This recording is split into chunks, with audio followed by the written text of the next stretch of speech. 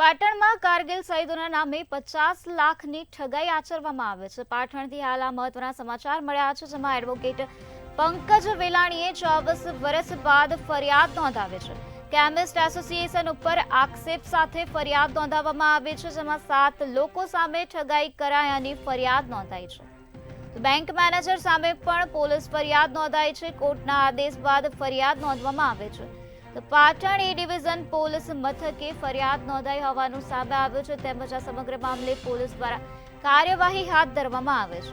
તો પાટણનો આ બનાવ સામે આવ્યો છે, જ્યાં કારગિલ શહીદોના નામે 50 લાખ રૂપિયાની ઠગાઈ આચરવામાં આવે છે। તો એડવોકેટ પંકજ વેલાણીએ 24 વર્ષ બાદ ફરિયાદ નોંધાવી છે। કેમિસ્ટ એસોસિએશન ઉપર આક્ષેપ કરવામાં આવ્યો છે। કેમિસ્ટ એસોસિએશન ઉપર આક્ષેપ સાથે પોલીસ ફરિયાદ નોંધવામાં આવે છે।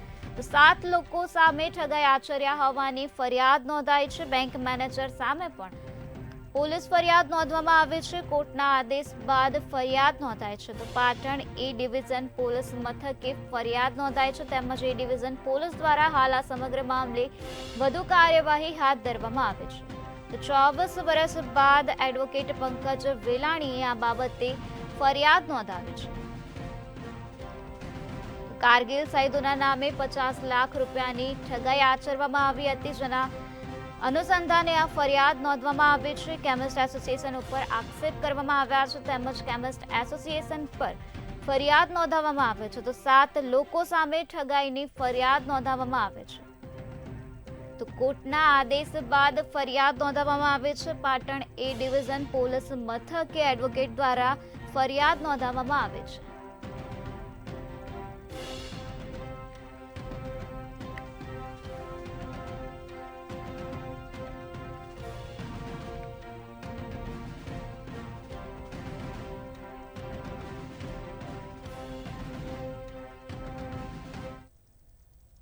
આપણા દેશની લડાઈ દુશ્મન દેશ પાકિસ્તાન સાથે થયેલી અને એમાં એક કારગિલ યુદ્ધમાં આપણા કેટલાક વીર જવાનો શહીદ થયેલા, એટલે વીર જવાનોના પરિવારને આર્થિક મદદ મળી રહે તે માટે સમગ્ર દેશમાં જુદા જુદા એનજીઓએ પૈસા ઉઘરાવેલા અને એ પૈકી આ નોર્થ ગુજરાત કેમિસ્ટ એસોસિએશન અને પાટણ કેમિસ્ટ એસોસિએશને રૂપિયા 50 લાખ જેટલી રકમ નોર્થ ગુજરાતમાંથી ઉઘરાવી અને શહીદોને મોકલવાની હતી, જેમાં મેં પણ 5,000 રૂપિયાનો ફાળો આપેલો, પણ આ રકમ તેઓએ શહીદોને મોકલેલી નહીં અને ચાઉ કરી ગયેલા છે અને એમને મહેસાણા કોઓપરેટિવ બેંકમાં એક ખાતું ખોલાવેલું માર્ટેજ રિલીફ ફંડના નામે। આ જે ખાતું છે એ સરકારશ્રીના નામે તે ખોલાવી શકે, પણ તેમાં જમા થયેલી રકમ એ ઉપાડી શકે નહીં। તેમ છતાં આ ખાતામાંથી અને રોકડેથી રકમ જે ઉઘરાવેલી એ રકમ એમને કલેક્ટરશ્રી મારફતે રાષ્ટ્રપતિશ્રીને મોકલવાની હતી, પણ આપણા દેશના મહામહિમ રાષ્ટ્રપતિને આ રકમ મોકલેલી નહીં અને આ સમગ્ર કૌભાંડ મારા ધ્યાનમાં 2002ની સાલમાં આવેલું, પણ એ બાબતનો દસ્તાવેજી પુરાવો મારી પાસે હતો નહીં। પણ અમારા એસોસિએશનનો હોલ વેચી મારવા માટે પણ એમને તજવીજ કરતા મેં એક દાવો કરેલો સિવિલ કોર્ટ પાટણમાં અને એ કામે એસોસિએશનના સીએની જુબાની લેતા આ સમગ્ર ઘટના જે છે એ દસ્તાવેજી પુરાવા સાથે પ્રકાશમાં આવી, એટલે મેં પાટણ સિટી એ ડિવિઝન પોલીસ સ્ટેશનમાં આ બાબતે વિગતવારની ફરિયાદ આપેલી। પાટણ સિટી એ ડિવિઝન પોલીસ સ્ટેશને મારી ફરિયાદ નોંધેલી નહીં, એટલે મેં ડીએસપી શ્રીને અરજી આપેલી। તેમ છતાં મારી ફરિયાદ નોંધેલી નહીં, એટલે મેં વિગતવારની જે અરજી છે એ નામદાર પાટણ કોર્ટમાં કરેલ અને નામદાર પાટણ કોર્ટે એફઆઈઆર નોંધવાનો હુકમ કરતા મારી એફઆઈઆર રજીસ્ટર થયેલ છે। કેમ આપની ફરિયાદ અગાઉ રદ કરવામાં આવતી હતી? કોઈ દબાણ હતું?